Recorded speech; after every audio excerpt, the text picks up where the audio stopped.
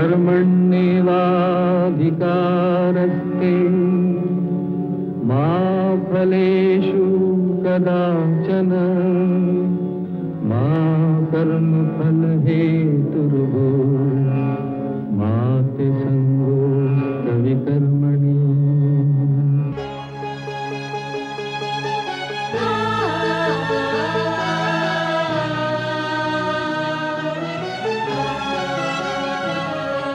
ये औरत है कुदरत का अनमोल तोहफा, ये ममता का सागर मोहब्बत का दरिया है, हर नस्ल हर देश पर कर्ज इसका बनाया गया, त्याग को फर्ज इसका।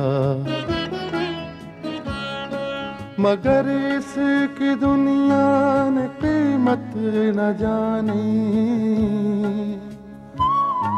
मगर इसकी दुनिया ने कीमत न जानी। अजब दास्तां है, अजब है कहानी।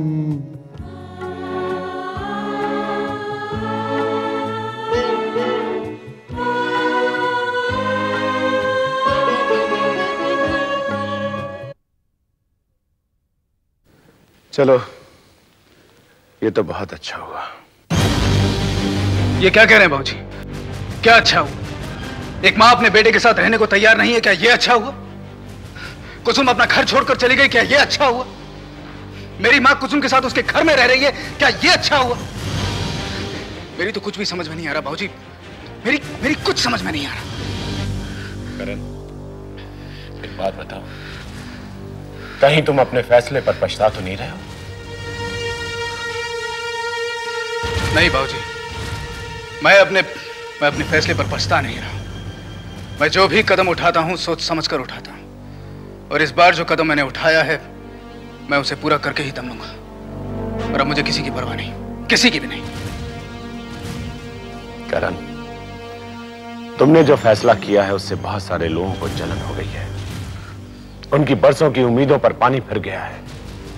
लेकिन वे लोग गैर हैं, हमारे दुश्मन हैं। अगर खून ही खून का साथ नहीं देगा तो फिर कौन साथ देगा? और रहा बेटा मालती का सवाल, तो उसे समझाने के लिए हमारे पास बहुत वक्त है, तुम उसे समझा लेना। नहीं बाबूजी, अब मुझे किसी को कुछ नहीं समझाना। जो कुछ भी समझाना है वक्त समझाएगा। करण, तुम बहुत परेशान लग रहे हो।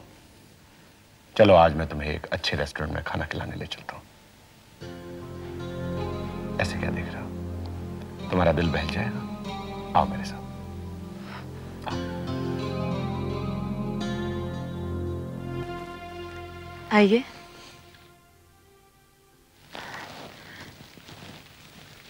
बैठिए। अरे डैडी, आप?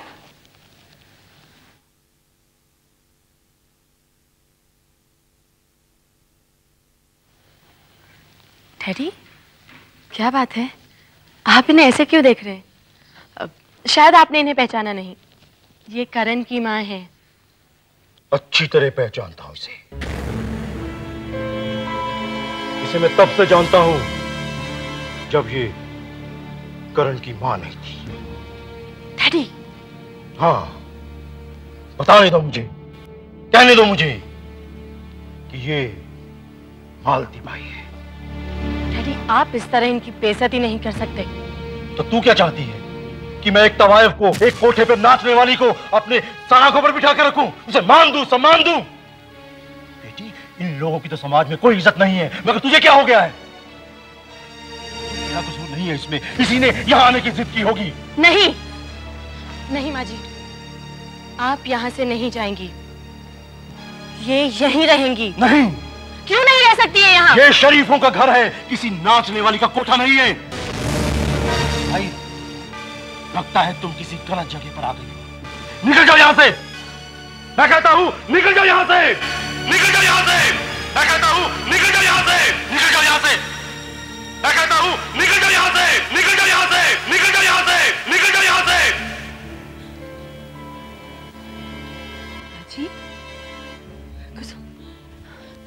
मुझे जाना चाहिए। अरे अब क्या हो गया? मैंने आपसे कहा था ना कि ये आपकी बेटी का घर है। नहीं कुसुम, मैं ऐसे नहीं समझ सकती। तू नहीं जानती बेटी, मैं इस घर में रहने लायक नहीं हूँ। बहन जी, आप कहाँ जा रही हैं? कुछ नहीं। बहन जी, हम खुद आने वाले थे आपको लेने के लिए, लेकिन कुसुम ने जिद की थी कि वो अकेली जाएगी आपको लेने। हाँ, कुसुम के कहने पर ही मैं यहाँ आई हूँ, लेकिन सोचती हूँ मुझे यहाँ नहीं आना चाहिए था। ये आप क्या कह रही हैं बहन? ठीक ही तो कह रही हूँ मैं जिस जगह से आई हूँ उस जगह के रहने वाले शरीफों के घर में रहने के लायक नहीं होते। ये आपने क्या कह दिया बहन? हमने तो आपको कभी उस नजर से देखा ही नहीं। कुसुम मेरी बेटी है और करण मेरा दामाद। उस रिश्ते से भी तो आप हमारी समधन हुई ना। आप जिस रिश्ते की बात कर रहे हैं उस रिश्ते से भी तो मेरा सर झुक गया आप लोगों के सामने। मैं तो आप लोगों से शर्मिंदा हूँ।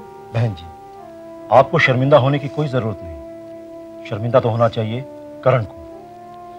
मैं अच्छी तरह जानता हूं कि रुद्र प्रताप और विनोद ठाकुर मुझसे और मेरी बेटी से बदला लेना चाहते हैं, और ये मौका करण ने उन्हें दे दिया। लेकिन आप चिंता मत करें, जिस दिन करण को अपनी गलती का एहसास हो गया वो वापस आ जाएगा इस घर में। कुसुम बेटा, इन्हें आराम करना चाहिए, अंदर ले जाओ।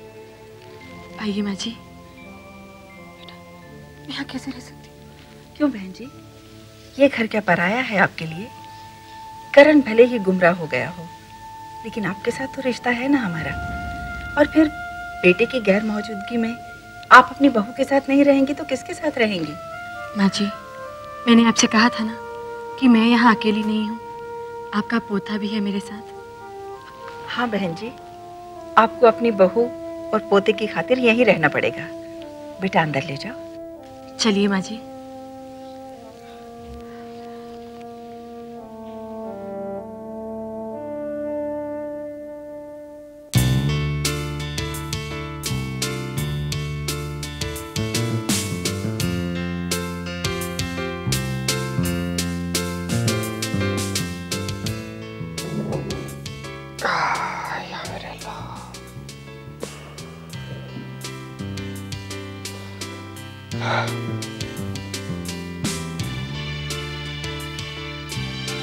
दो कॉफी लिया।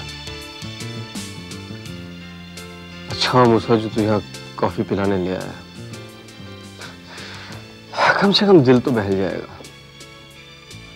मैं आपके दिल को जानता हूं ना ईसा भाई। एक बार जो बात उसमें बस जाती है बहुत मुश्किल से बाहर निकलती है। अच्छा अब तू ही बता, करण पर कितना भरोसा किया था हम लोगों ने। अरे अपनी औलाद की तरह समझ लिया था उसे, और वही हमारी पीठ पर छुरा भोंक कर चला गया। किसी और के साथ उसने ऐसा किया होता तो शायद माफ कर देते उसे, मगर हमारी प्रगति बेटी के साथ। तू जानता है प्रगति इसके बारे में ज्यादा क्यों नहीं बात कर रही? अरे मन ही मन घुल रही है वो। मैं जानता हूं ईसा भाई, मगर फिक्र मत कीजिए ईसा भाई, अल्लाह सब ठीक करेगा।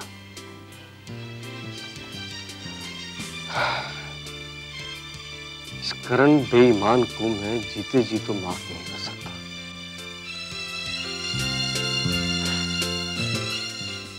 अब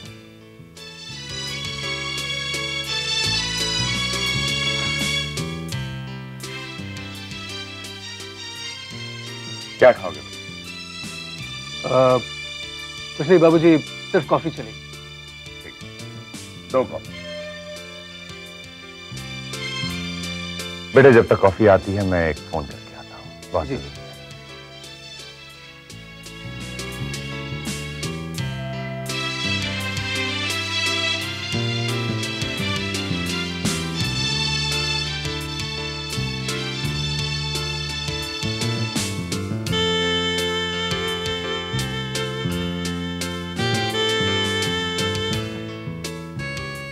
आदाब ईसा भाई। आदाब मूसा भाई। अरे क्या हुआ? कोई बात हुई क्या? मूसा, कह दो इनसे कि इन्होंने जो हरकत की है वो कोई दुश्मन नहीं कर सकता है। अरे हमारी जिंदगी में तो जहर घोल दिया है, कम से कम इस कॉफी में तो जहर ना घोले। क्या बात है ईसा भाई, आप नाराज हैं मुझसे? नहीं करण साहब, हम आपसे भला नाराज क्यों होने लगे? हम तो बहुत खुश हैं आपसे, क्योंकि आपने हरकत ही ऐसी की है। बरसों का हमारा विश्वास, हमारा यकीन, जिसे आपने ठोकर मार दी। हमें तो ढोल पीटने चाहिए, नाचना चाहिए। अरे जिस थाली में खाया उसी में छेद कर दिया। हम तो बहुत खुश हैं आपसे। हमारी बेटी प्रगति का दिल दुखाया आपने। हमें तो मिठाई बांटनी चाहिए पूरे शहर में। ईसा भाई, मैंने इस जगह पर सिर्फ मुलाजमत छोड़ी। मैंने वहां पर कोई बेईमानी नहीं की, मैंने कोई धोखा नहीं दिया, कोई विश्वासघात नहीं, कोई चोरी नहीं। और जहां तक मुझे याद है, मैंने आप लोगों के साथ भी कोई बदतमीजी नहीं की, कोई बदसलूकी नहीं की, कोई बदजबानी नहीं की। अरे बदतमीजी, बदसलूकी या बेईमानी की होती तो शायद मैं तुम्हें माफ कर देता, मगर जो हरकत तुमने की है ना, वो कोई आस्तीन का सांप नहीं कर सकता है। ईसा भाई, सब यही देख रहे हैं। अरे देख रहे हैं तो देखने दो। हमारे विश्वास और त्याग पर एक जोरदार तमाचा मारा है तुमने। तो जाओ जाओ जाओ करण, जाओ जाओ अपने उस ठाकुर के पास। तुम्हारे वालिद मोहतरम, तुम्हारे वो करम फरमा तुम्हारा इंतजार कर रहे हैं। अरे जाकर तलवे चाटो उनके। मूसा, बोल दो इनसे कि आज से बाद हमारा कोई रिश्ता नहीं है। न हम तुम्हें पहचानते हैं और न तुम हमें पहचानने की कोशिश भी करना। मैं बाहर जा रहा हूं मूसा, कॉफी का बिल पे करके बाहर आ जाओ।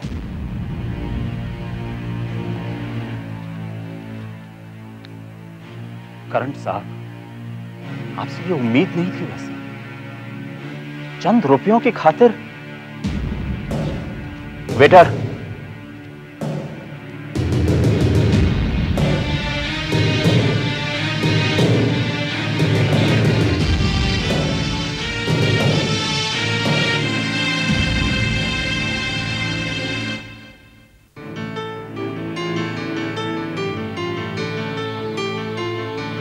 करण बेटे, ये जाहिल लोग इतना शोर क्यों मचा रहे हैं? कुछ नहीं बाबूजी, मेरे जाने का हम मना रहे, मातम कर रहे थे। गोली मारो ऐसे लोगों को। हम तुम्हारी वापसी का ऐसा शानदार जश्न मनाएंगे, ऐसा जश्न जिसे सारी दुनिया देखेगी। हमारे दुश्मनों के छाती पर सांप लौटेंगे। आओ मेरे लिए, आओ।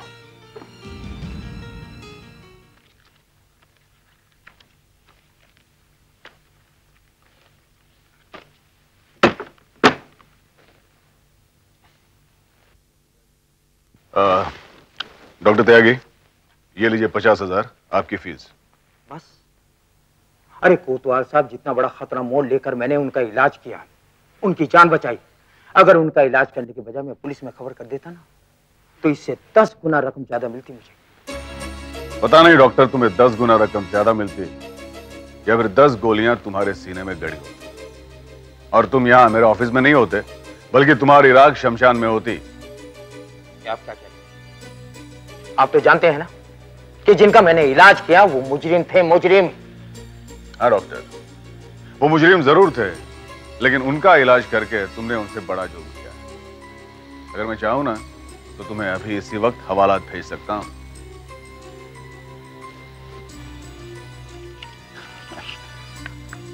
डॉक्टर, तुम वो वक्त भूल गए जब नौकरी के लिए तुम एक अस्पताल से दूसरे अस्पताल मारे मारे फिरते थे?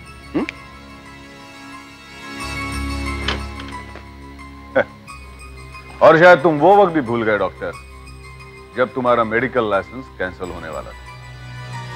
मैंने बचाया था तुम्हें, और ये तो मेरी मेहरबानी समझो कि सिर्फ 2 गोलियां निकालने के लिए और 2 लोगों की मरहम पट्टी करने के लिए मैं तुम्हें 50,000 दे रहा हूं। कुछ भी हो कोतवाल साहब, ये बहुत कम है मुझे कम से कम 3 लाख चाहिए, 3 लाख। डॉक्टर, उतना ही खाओ जितना हजम कर सको, और उतना ही बोलो जितना दूसरा हजम कर सके।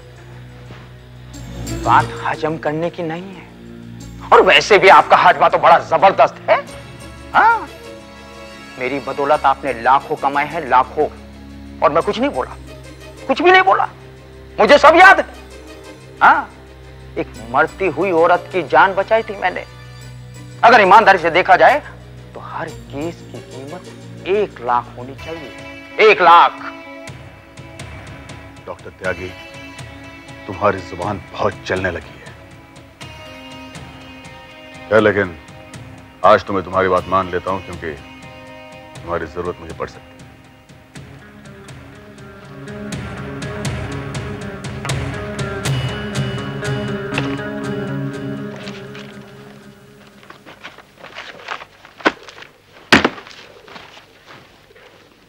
ये लो, लेकिन बस इससे ज्यादा और 1 पैसा नहीं दूंगा। ठीक है, लेकिन मेरी भी एक शर्त है। अब की बार जिस मरीज को आप भेजेंगे उसकी फीस पहले तय हो जानी चाहिए। ठीक है, मरीज का इलाज होने से पहले उसकी फीस तय हो जाएगी। ठीक है, मैं चलता हूं। Okay, thank you.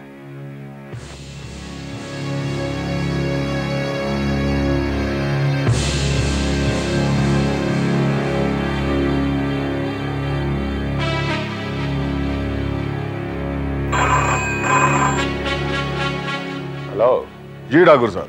कौन? कोतवाल साहब? मैं बोल रहा हूं। हाँ कहिए कोतवाल साहब। ठाकुर साहब, बात बहुत छोटी सी है। आपने जो 5 लाख रुपए भेजे थे मरीजों के इलाज के लिए, वो बहुत ही कम है, क्योंकि जो डॉक्टर उनका इलाज कर रहा है वो 10 मांग रहा है। क्या? जी हाँ। 10 लाख रुपए इतने छोटे से काम के लिए? अब क्या है ठाकुर साहब कि मेरी पोजीशन बहुत ही ऑड हो जाती है ठाकुर साहब, क्योंकि ये जो काम है वो बड़ी राजदारी का काम है, और इस बार तो हमें उस डॉक्टर की बात मान लेनी पड़ेगी ठाकुर साहब, क्योंकि प्रमोदिनी और तिवारी के जख्म अभी भरे नहीं है। तो मैं आपसे दरखास्त करता हूं कि आप जरा 5 और भेज दीजिए। ठीक है, मैं भिजवा देता हूं। शुक्रिया ठाकुर साहब।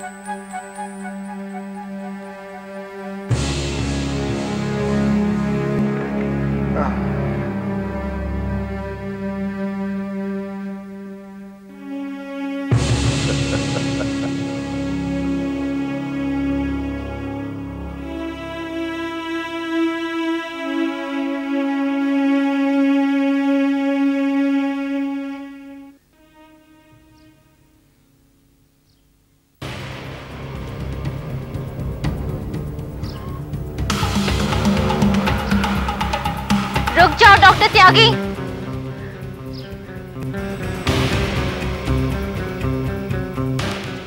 Yes inspector. भागने की कोशिश मत करो, गली के दूसरे छोर पर भी पुलिस है।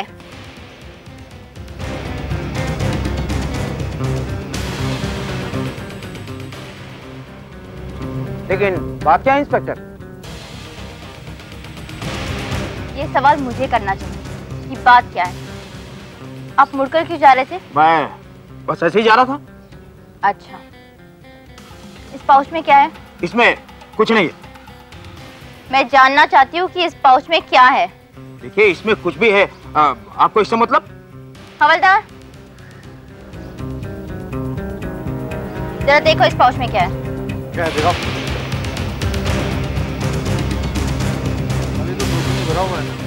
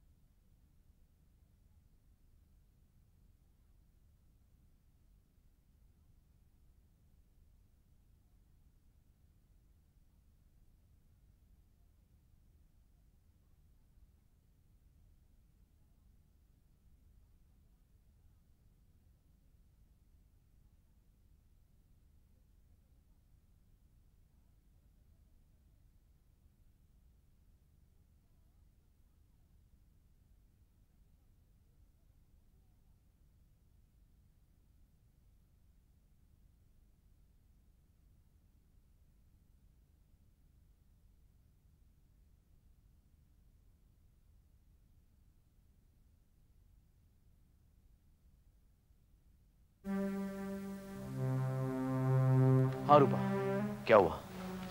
वो हमें मिल गए हैं, मगर बहुत अकड़ रहा है। उसकी अकड़ तो मैं साई निकाल दूंगा, मगर ये बताओ कि उसके पास से कुछ मिला या नहीं? हाँ, 1 लाख रुपए बरामद हुए हैं। यही तो चाहिए था। इस वक्त वो कहाँ है? बाहर। उसे अंदर बुलाओ। हवलदार, उसे अंदर ले आओ। आइए डॉक्टर त्यागी, आपका स्वागत है। मुझे यहाँ क्यों बुलाया गया? रूबा, तुमने इन्हें यहाँ पर लाने की वजह नहीं बताई? बताया तो था, मगर ये समझना नहीं चाहते। देखिए, मैं एक फोन करना चाहता हूँ। शट अप डॉक्टर त्यागी। शायद तुम वो दिन भूल गए हो जिस दिन मैं तुम्हारा लाइसेंस कैंसिल करवाने वाला था, मगर एडवोकेट कोतवाल ने तुम्हारी मदद की और उस दिन से तुम एडवोकेट कोतवाल के साथ अपने नाजायज रिश्ते निभा रहे हो। कौन कोतवाल? किस कोतवाली की बात कर रहे हैं आप? मेरी कुछ समझ में नहीं आ रही। डॉक्टर त्यागी, आपकी समझ में आ जाएगा और बहुत अच्छी तरह से समझ में आ जाएगा। है दुनिया में इंसाफ की ये निशानी, अजब दास्तां है, अजब है कहानी।